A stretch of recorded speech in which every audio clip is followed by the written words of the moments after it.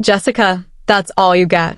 You owe me $700 for the dumplings at Mila's birthday celebration, a gathering I had never been invited to before. That's what Daisy told me. In front of me, there was just a single dumpling, pointing at it as if feeding a pet. Daisy said with a laugh, "Here you go, Aria." The elementary schooler seemed to be in on the joke too, laughing at me.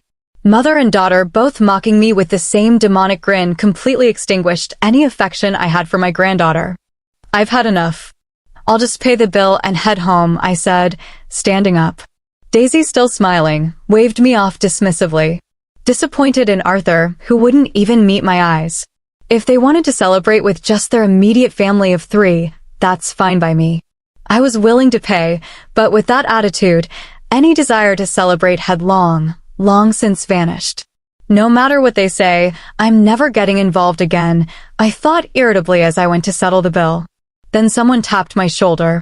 Hearing her words, I decided to get back at Daisy and her family. "I'm Jessica.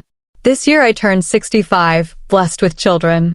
I've led a normal life, though my husband was always focused on his work and not much of a talker. I believed we had a good relationship. I thought my life was without major upheaval, but there was one thing that troubled me. It was Daisy, my eldest son's wife. I understand that it's common for wives and mothers-in-law to not get along. However, Daisy's attitude of treating me as an enemy just for being the mother-in-law was causing me trouble. "Jessica, you're always free at home, right? Let me do you a favor and take care of your cute grandchild." "Daisy, I have plans today. I told you I can't do last-minute favors. Remember?" I never heard that. Maybe you just think you told me. I never knew what set her off, but Daisy always had a harsh attitude towards me. She'd call suddenly or come over unannounced, dumping tasks on me without caring about my plans. Even if I helped, she'd never thank me, saying a parent should naturally do that much. But if I refused, she'd condemn me as some terrible villain.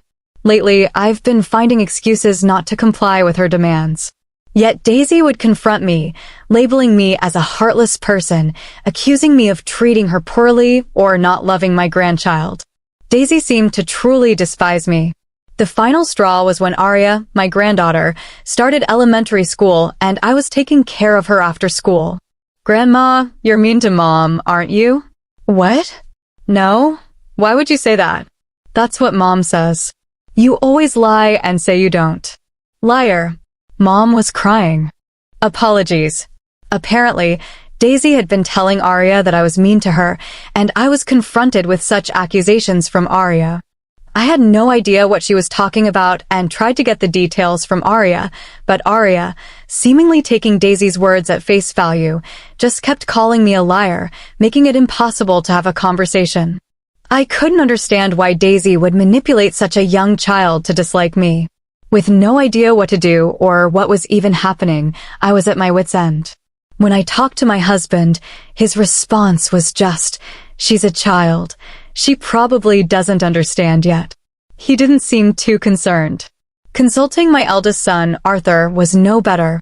His cold reply was, "Handle your own problems, probably just tense around the mother-in-law, worrying about being ordered around because she's the wife." I would never do that. It's unbearable being targeted with such hostility. So what am I supposed to say? Should I tell her to be nicer to Mom? If I do that, it'll look like I'm siding with Mom, and things will become even more strained between us. It's not about taking sides. If she dislikes me, I want to know why. If she wants nothing to do with me, she should keep her distance. Try to understand how it feels to be reluctantly asked for favors. She's the mother of your beautiful grandchild, Mom. Can't you just compromise a little? Arthur's policy of non-intervention always seemed to side with Daisy. No matter how much I pleaded, it felt like he was just brushing me off, telling me to endure it. At times, I couldn't help but vent to my close friends about these issues. Yet their responses were always something like, "That's how sons' wives are." And I continued to struggle without finding a solution. Even when advised to keep my distance, it was always Daisy who initiated contact. Whether I listened to her calmly or subtly rejected her, I found myself at a loss dealing with an unsatisfied Daisy. During this time, I was informed by Daisy about celebrating Mila's 10th birthday at a famous Chinese restaurant. Despite sending gifts for every celebration, including birthdays, I had never received a word of thanks from my eldest son's family. Instead, I was met with remarks like, "Jessica, you have no taste. It's better if you just give us cash." Naturally, I had never been invited to any of their celebration gatherings. After being told not to interfere with family events, I had refrained from getting involved. Mila's birthday celebration is at her favorite Chinese restaurant. You're coming too, right, Jessica? May I ask why you're inviting me this time? You're Mila's grandmother. It's not strange for you to come, right? Despite the usual attitude from Daisy, her words made me suspect something unpleasant. Still, if I didn't go, I would surely be blamed for not attending my granddaughter's birthday. After much thought, I decided to attend the celebration. Although I had a bad feeling, part of me hoped that maybe they were trying to mend our relationship. If my suspicions turned out to be true, I would stop involving myself with them. With that thought, I went to the Chinese restaurant on the appointed day. But as expected, my faint hope was immediately betrayed. Daisy and her family, waiting for me, looked at me and sneered with malice. "Look, there's shark fin soup, Mila's favorite. Since Grandma is paying today, let's eat a lot." Yay! When I expressed my surprise, Daisy burst out laughing as if she was greatly enjoying herself. Initially, I had thought that it wouldn't be a problem to pay for the meal considering it was to celebrate Mila's 10th birthday. However, Daisy's declaration, as if it was a given even before I offered, took me by surprise. "You're not planning to eat without paying, are you, Jessica? How brazen!" I never had such intention, but you could have at least mentioned the cost beforehand. What? I told you in advance. Don't blame others for your forgetfulness. It's true what they say about memory loss in old age. The usual exchange of sarcasm made me realize that what I had hoped for was never going to happen. I decided to eat quickly and leave. As I was about to enjoy the delicious-looking dishes laid out before me, something happened. "Hey, what do you think you're doing?" "What do you mean?" "I'm just trying to eat." As I reached for one of the expensive-looking dishes, Daisy slapped my hand away. Her gesture, like scolding a child for a mistake, made me sweat, wondering if I had done something rude. But seeing me flustered, Daisy laughed mockingly and said something outrageous. "Today, Jessica, you're just the wallet. So no eating." "What, Jessica? Did you really think you were invited for Mila's celebration? It's obvious you're here to pay the bill." "That's right, pay up. Be grateful we even let you sit at the table. Don't even think about touching the food. It's a joke." Daisy and Aria took turns insulting me. Seeing this, Arthur turned his face away from me and said nothing. In a situation with no allies, I felt as if my heart was being squeezed. I sighed, unable to find a solution to the relentless harassment. Feeling sick, I even started to think about just going home. Then, as if struck by an idea, Daisy dropped a single dumpling onto my empty plate. "Well, can't be helped. I guess you can eat that much." "Haha, Mom, a single dumpling. Jessica, that's all for you." "You owe $700 for that dumpling, Grandma." "That's so lame." Even Aria, a grade schooler, joined in laughing at me. Their demonic smiles, mother and daughter alike mocking me, extinguished any affection I had left for my granddaughter. This was the moment I decided to cut ties completely. I didn't feel like celebrating her birthday anymore. But as a severance, it was a small price to pay. I've had enough. I'll pay the bill and leave first. "What, you're leaving already? Thanks for the meal. Please just leave me alone from now on." I was disappointed in Arthur, who wouldn't even make eye contact until the end. No matter what was said, Arthur wouldn't reprimand Daisy or even Mila. Trying to contain my intense anger, I went to pay the bill. As I approached the cash register, the flustered owner appeared. "Dear customer, I'm sorry, but the course meal is still ongoing. Could you please wait a little longer?" "I'm sorry, but I need to leave now. Can I just pay the bill first?" "Didn't you like the food?" "No, the dumpling was delicious." "Just the dumpling?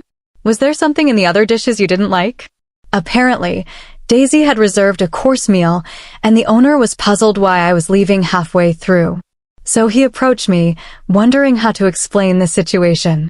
Feeling foolish to cover for my eldest son's family, I blurted out, "I'm apparently just the wallet."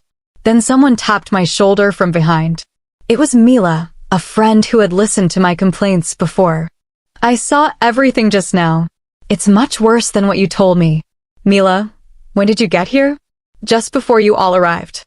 I heard the whole thing as it happened. Mila was at the same restaurant with her colleagues from work. She happened to see the way my eldest son's family was treating me and hurried to talk to me as I was heading to the register. Seemingly more outraged than me at my son's family's behavior, Mila said, "You don't need to pay," and stopped my hand. "Listen, Jessica, even if it's your grandchild, that behavior is not normal at her age. She should know better than to treat family that way. But no matter what I say, nobody listens to me, not even my son Arthur. So you're just going to let them walk all over you." Mila's words made me realize something. Looking back, my eldest son's family, unconcerned about me, was happily chatting and enjoying their meal. They probably don't even consider me as family anymore. Arthur glanced at me for a moment, but quickly averted his eyes as soon as we made eye contact.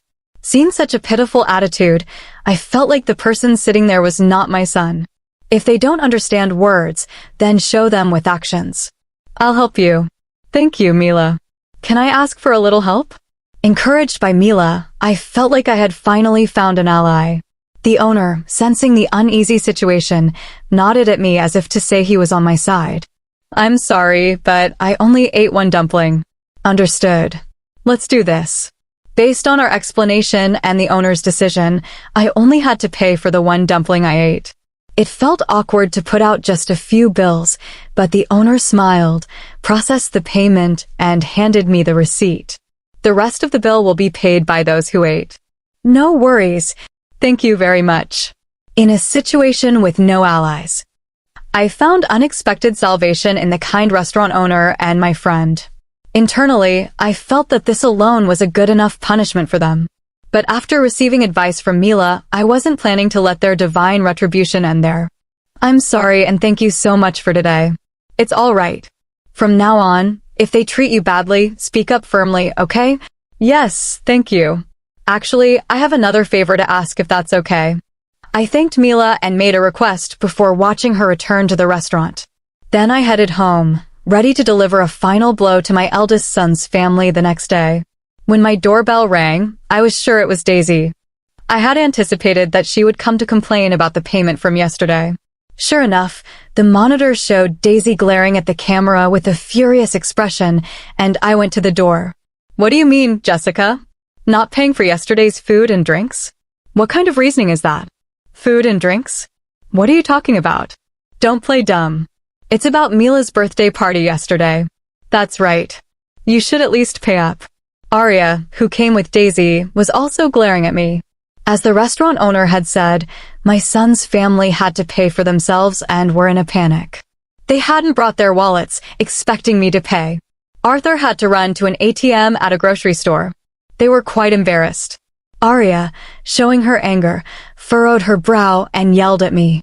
Her expression was hardly one you direct at a family member. I sighed lightly before facing Daisy to talk.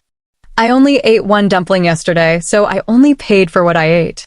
The dumpling cost $700, remember?" "Oh, maybe you didn't hear it because of your age." With such rude attitudes from a wife and granddaughter, I didn't feel like paying anymore. As I retorted, they became even more heated and started verbally abusing me. "What kind of attitude is that? Just because you're Mila's grandmother, do you think you can do anything you want? I don't want a grandma like you." Daisy pointed fingers at me as if I were some kind of villain. Aria, too, acted as though she was a hero delivering justice to evil. Was there really a reason I had to be yelled at like this? I couldn't help but ask out loud. An astonishing response came back. "Hey, why do I have to be treated like this? What don't you like about me? What have I done?" "You haven't done anything. You know, wives just don't like their mother-in-laws. What do you mean? Just that this time I thought I'd make you useful as a wallet." Stunned by Daisy's unexpected words, I was speechless. Then, before I could signal, the door to the next room opened. Mila entered the living room. The moment they saw Mila's face, the two were speechless, their mouths agape. Listening to you all this time, is that how you treat my friend? What, miss, why are you here? Mila was the most flustered by Mila's sudden appearance. That's understandable. Mila still works as a language teacher in a certain classroom and is also the teacher of the language class that Mila attends. When I had spoken to Mila, the situation was so different from Mila's behavior in class that she had trouble believing me. But after yesterday's incident, Mila had become my ally and came to my house today. When Aria said she wished I was her real grandmother, I was so happy. Don't be deceived, Mississippi. This woman made my mom cry before. My friend wouldn't do that. Besides, you just said Mom wasn't mistreated, right? What? But Mom, Grandma was mean to you, right? Mila seemed to have believed everything Daisy told her about me without hearing the details. Lee, apparently not expecting to be overheard, looked panicked. She became visibly nervous, glancing at Aria with a troubled expression. Seeing her mother's behavior, Mila's face rapidly paled. I was speechless at Daisy's inability to come up with a better excuse for her actions. Miss, please listen to our side too. Just because she's your friend, it doesn't mean you should take Jessica's side.